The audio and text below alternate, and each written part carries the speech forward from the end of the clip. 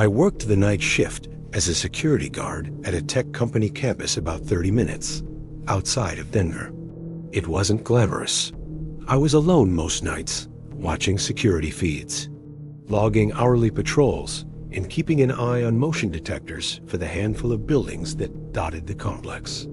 The company had 3 main buildings and 1 server hub. The hub being the only one that required manual door badge checks every 2 hours.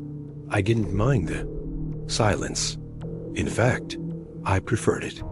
I'd gotten the job after leaving the Air Force, where silence usually meant you were doing your job right.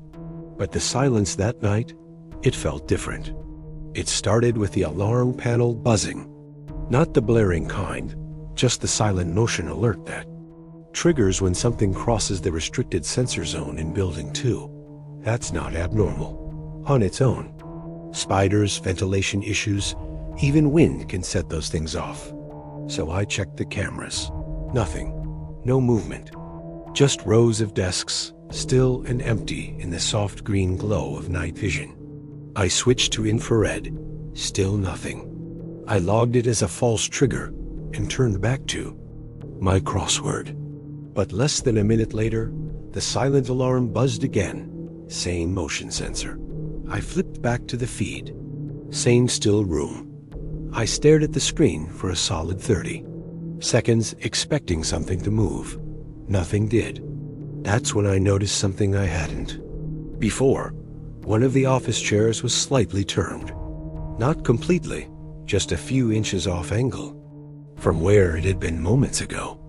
I was about to chalk that up to my mind playing tricks when I saw a second chair shift on the camera. Not quickly, slowly, like someone was easing into it or leaning against the back of it, and then letting go. But there was no one there. I watched for another 10 minutes. Nothing else moved. The feed was dead quiet. I printed out the trigger log anyway and decided to check the building in person. I grabbed my flashlight and key card and stepped out into the parking lot. The air was sharp, unusually cold for early September. I remember checking the sky and noticing it was completely clear. Building 2 was across the lot, maybe a 3-minute walk. But the moment I stepped inside, I knew something was wrong. The air felt wrong, heavy, like it hadn't moved in days. You ever walk into a room and get the feeling that someone's there, but no one is? That's what it felt like. I tried to brush it off and started my sweep. Lobby, clear. Conference rooms, empty. Kitchen, lights off, untouched. Then I walked through the cubicle rows, my flashlight sweeping slowly. Everything looked the same as on the cameras. Chairs pushed in, computers off. But as I reached the end of the row, I saw something that wasn't on the feed. A mug, sitting right in the middle of one of the desks, steam rising off it. I froze. My first thought was, did someone stay late and forget to log out? That was a violation, but it happened. I looked at the mug again. It was one of those plain white corporate ones. But what struck me wasn't the cup. It was the smell. Coffee, freshly brewed, and something else, burnt like scorched metal or wiring. I backed away slowly, and that's when I heard it. A soft scrape, like a shoe scuffing against tile. It came from the hallway, near the server room. I should have called it in right then, but instead, I moved toward it. I know how that sounds, but protocol said to investigate all suspicious activity and only escalate once a threat is confirmed. The hallway was dark. The lights on motion sensors didn't trigger like they should have. I tapped my badge at the door to the server room. The lock disengaged, and I opened the door slowly. The servers hummed. Cool air blew from the floor vents. Everything looked fine until I heard the whisper, a breath right behind me. I spun around, flashlight sweeping, but there was nothing. Then the power cut. The servers didn't go out. They have backup, but the hallway Lights and overhead fluorescence all died in one blink. I stood frozen in the flickering glow of the emergency lights, my heart slamming. And then the alarm went off again. Motion. Same room. But I was in the room. I pulled out my walkie to call dispatch, but it let out only static. Then I noticed something on the wall that hadn't been there earlier. A handprint. Smudged and dark, right next to the vent. Too high for a child. Too small for most adults. It wasn't greasy, more like soot or ash. I don't know why I did what I did next. I opened the vent. Inside was empty space, maybe 6 feet long, but near the back was a single piece of paper, folded neatly. I reached in and pulled it. Out, the paper was thick, not from the office. Old, yellowed, like it had been there long. Time.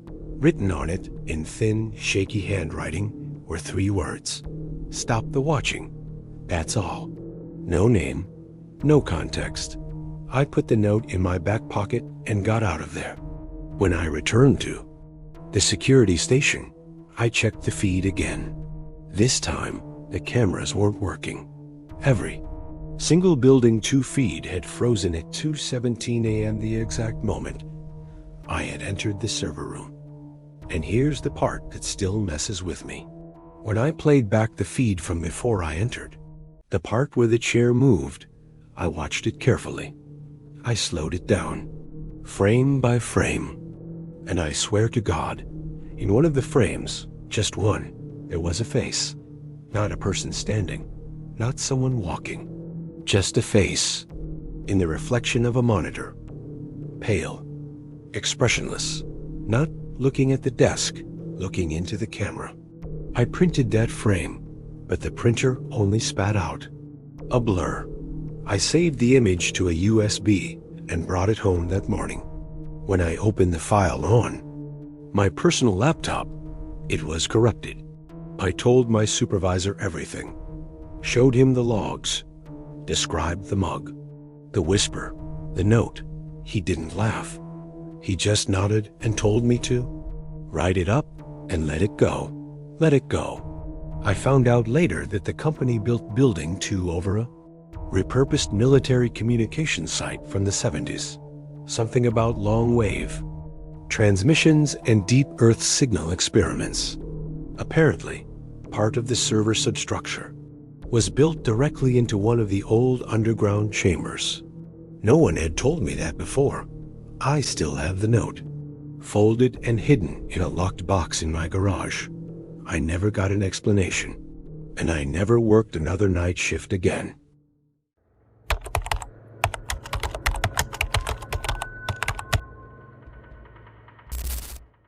I go to a small liberal arts college in Vermont. Quiet campus, old buildings, the kind of place that feels like a postcard in the fall and a ghost town by December. It's surrounded by woods and foggy hills and those winding roads where your GPS stops working and you just hope you're going the right way. Freshman year, I lived in a co-ed dorm that used to be a girls' seminary in the 1800s. They kept the structure mostly intact. High ceilings, long hallways, creaky wooden floors, antique molding. It had charm, sure, but it also had a weirdness to it, like the walls were listening. Our IRA joked during orientation that the 3rd floor was haunted. No one took him seriously. Every college has ghost stories, right? But no one ever really sees anything. At least that's what I thought back then. I lived on the 2nd floor, room 212. My roommate, Rachel, was quiet and easy to live with. Weren't best friends, but we got along fine. She was a psych major and super into dream analysis and Carl Jung. At night, she'd keep a little journal next to her bed to write down her dreams before they faded. One night in October, around midterms, she told me she had a dream where someone whispered her name from under the bed. She laughed it off, said it was probably sleep paralysis or stress, but I remember the way she looked when she said it. She wasn't scared exactly, just unsettled, like her brain couldn't let it go. That was the first week the knocking started. It always came late. Around 3 soft knocks. Never on our door, but from inside the room. At first, we thought it was pipes. This was an old building after all. We even asked the custodian, Mr. Roy, if there was some kind of water hammer issue.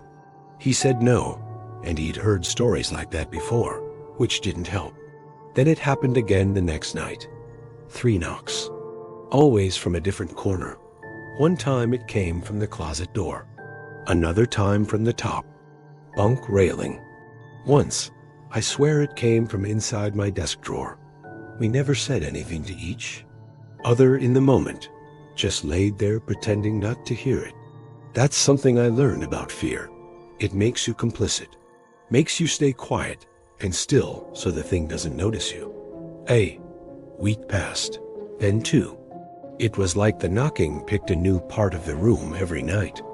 Always just once, never louder than a whisper, like it was testing the walls. Or testing us.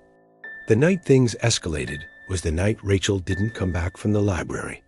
It was a Thursday. She texted me around 11, saying she'd be studying late in the common room, and not to wait up. I fell asleep around 12:30. I woke up at 3:03 and not to, a knock this time, to my closet door, swinging open. I had shut it before bed. I always shut it. I don't like sleeping with open spaces facing me. Something about the dark just makes my brain fill it with shapes. There it was, open by maybe a foot, just enough for someone to stand behind it. I stayed frozen. Under the blanket, my breath caught in my throat. I stared at the gap, waiting for movement. And then the knock. But this time, it came from beneath my bed. 3 quick taps, like fingertips, against wood. I snapped. I leapt from the bed, flicked on the light, and yanked the closet fully open. Nothing. I grabbed my phone and called Rachel. No answer. I called again. Still nothing. The next morning, she was back. She looked exhausted, pale, dark circles under her eyes.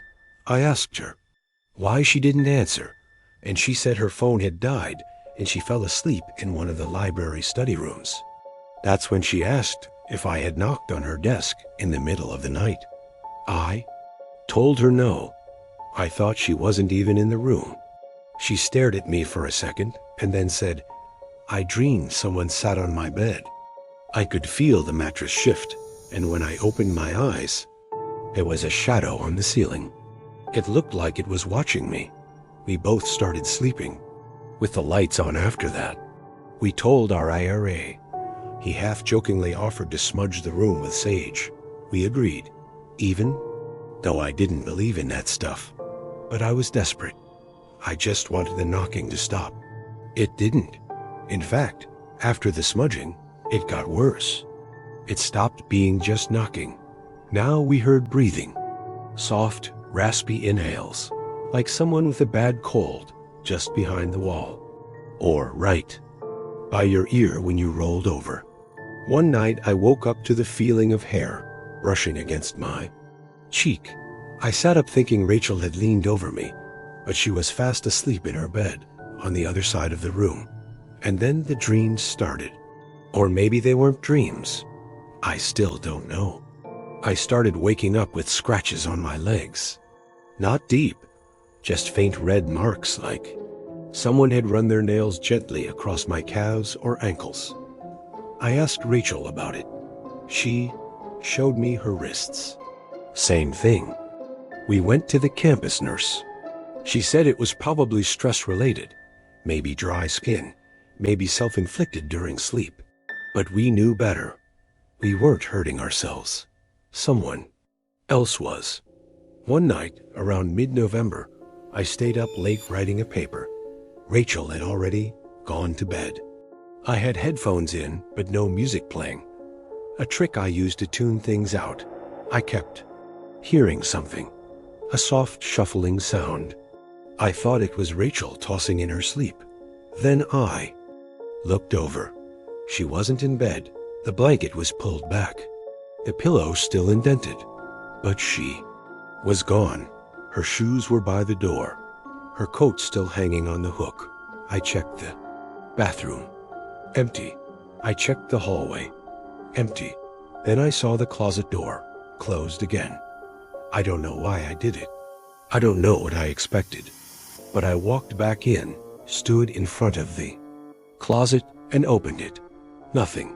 Just clothes and shoes and an old box of notebooks on the shelf. But then I noticed something I hadn't before. The back panel of the closet. It had a seam. A thin vertical line. Almost invisible. I pressed my fingers against it, and it gave way. Just slightly, like a hidden door. I grabbed my phone and used the flashlight to get a better look. There was a gap, maybe 3 inches wide, between our closet wall and whatever structure was behind. I pressed the panel again, and it clicked open. Behind it wasn't a crawl space. It was a vertical shaft, like an old dumbwaiter or service shed. Narrow, dark, lined with wooden beams, and hanging inside it, barely illuminated by my flashlight, was a rope. A frayed rope tied into a loop, swinging gently. And at the bottom, about 10 feet down, I saw something move. It was Rachel. She was crouched in the corner, eyes wide, face pale like porcelain, whispering something over and over again. I screamed her name, and she flinched. I ran to get help, pounded on every door on the floor until someone called campus security. They pulled her out. She was barely responsive. She spent the next week in the hospital under observation. She said she didn't remember going in there. Said she woke up standing in the shaft.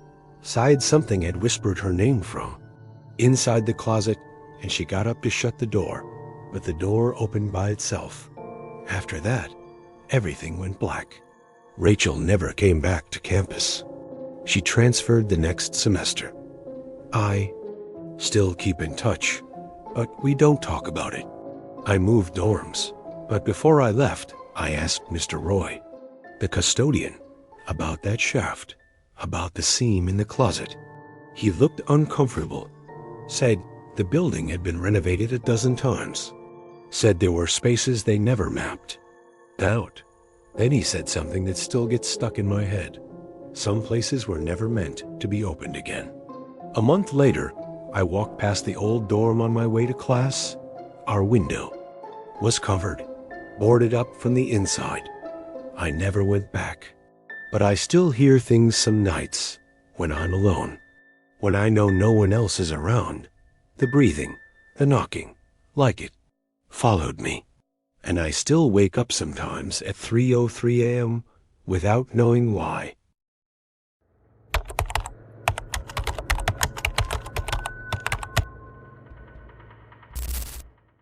I've replayed that summer 100 times in my head, and it always starts the same way, with sound of gravel crunching under tires.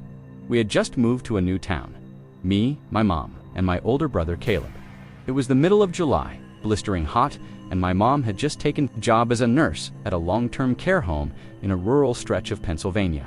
It wasn't a real town, more like a patch of houses and some trees stitched together along a highway. We moved into a strange little rental house at the edge of a dead-end street. The realtor said it used to be a summer cabin that someone added onto over the years. It had these narrow, slanted hallways and weird little steps between rooms, like nothing was built at the same time. Every floorboard groaned under your feet, but it was all we could afford, so we made it work. That summer, my mom worked the night shift, which meant most evenings it was just me and Caleb at home. He was 16 and obsessed with his guitar. We barely talked. He'd lock himself in his room with his amp and play until midnight, and I'd sit on the floor of the living room eating cereal and watching reruns until I fell asleep. It was quiet, too quiet, until the night I went out. Back there wasn't much of a backyard, just some patchy grass, an old swing set, and beyond that, woods, dense woods. the kind that made their own sounds at night. One night, I couldn't sleep. I kept hearing this tapping on the kitchen window, not like knocking, more like something soft brushing the glass. At first, I thought it was wind or bugs, but it didn't stop, so I grabbed a flashlight and opened the back door, thinking maybe a branch was hitting the siding. I stepped outside barefoot. The night was thick and warm. Still, the tapping stopped, but as I stood there, I noticed something else, something I hadn't seen before. A trail, faint, like a deer path, worn down into the tall grass leading into the woods. I swear it hadn't been there. The day before, the grass was parted just enough to walk through without pushing anything aside, and there were footprints. Barefoot, small, like a kid's. I should have gone back inside. I know that now, but at the time, I was 13, bored and curious, so I followed the trail. I kept thinking, maybe some other kid in the area had made it. Maybe there was a treehouse or something cool out there. The flashlight beam bounced as I walked, catching twisted roots and low-hanging branches. The woods weren't very deep, maybe 10 minutes in any direction before you hit a fence or road, but it felt like they wrapped around me, like I'd stepped into a space bigger than it. Should have been. Then, I saw the light, faint, flickering, orange. I crouched and moved closer. Through the brush, I saw a clearing, a perfect circle, maybe 20 feet across. In the center was a fire, low controlled, like it had been burning a while, and someone was sitting there. A girl, she looked about my age, maybe younger. Long black hair, white dress, not in a creepy way, just like someone going to bed. She sat cross-legged by the fire, unmoving, staring into it. I stepped forward, snapping a twig. She didn't flinch. "Hey," I said, voice cracking. She looked up, slowly. Her face was pale and empty. Not sad, not scared, just blank. "I didn't know anyone lived out here," I said. She didn't answer, just tilted her head like she was listening to something behind me. That's when I heard it. Rustling footsteps coming up the trail I had just walked down. I spun around, flashlight trembling in my hand. "Is someone with you?" I asked. When I looked back, she was gone. No trace, no noise, not even a footstep, and the fire out. I bolted. I don't even remember how I made it back to the house, but I know I didn't look back once. That night, I barely slept. I didn't tell Caleb. He would have just called me a freak and gone back to his guitar. But the next day, I went back. I had to, and the clearing too. Only now, there was nothing there. No fire pit, no ashes. Just grass, undisturbed, except there was something hanging from the low branch of a tree. A string tied to it was a paper tag, like the kind you find in antique shops. Written on it in faded pencil were the words, "Don't follow again." That night, I locked every door and window, but at 3:09 a.m., I woke up to tapping. Not on the kitchen window this time, on my bedroom door. 3 slow taps, I called. "Out, Caleb?" No answer. I got up and opened the door. No one there, but in the hallway. Wet footprints, small, barefoot, leading back toward the kitchen. I followed them. They stopped at the back door, and the door was unlocked. I didn't sleep after that. The next morning, I finally told my mom. She didn't say much, just that it was probably a dream, and that moving was stressful for kids. I begged her not to leave for the night shift, but she couldn't miss work. That night was the last time I saw Caleb. We didn't fight. We didn't even talk. I just heard him playing guitar at 9 p.m., then nothing after that. When I woke up the next morning, his room was empty. Bed untouched. Guitar sitting on the floor. Back door wide. Open, no note, no message. We called the police. A whole search effort was launched. Dogs, helicopters, the works. They didn't find anything. No trail, no clothes, no signs of struggle. Just one thing. A fire pit, deep in the woods, in a clearing no one could explain. Still warm, and next to it, a paper tag. It said he followed. I never saw him again. We moved out a month later. My mom couldn't handle it. I didn't blame her. Years passed, I tried to let go of it, to write it off as something that didn't make sense but couldn't be changed. But last week, I got a letter. No return address. Just my name on the front. Inside was a note, in the same faded pencil handwriting. You left the door open, and underneath it, a drawing, crude, like a child's. A circle of trees, a fire in the middle, and 2 figures, one standing, one sitting. I don't know which one I'm supposed to be, but I haven't slept since. And sometimes when I close my eyes, I hear the fire crackling again.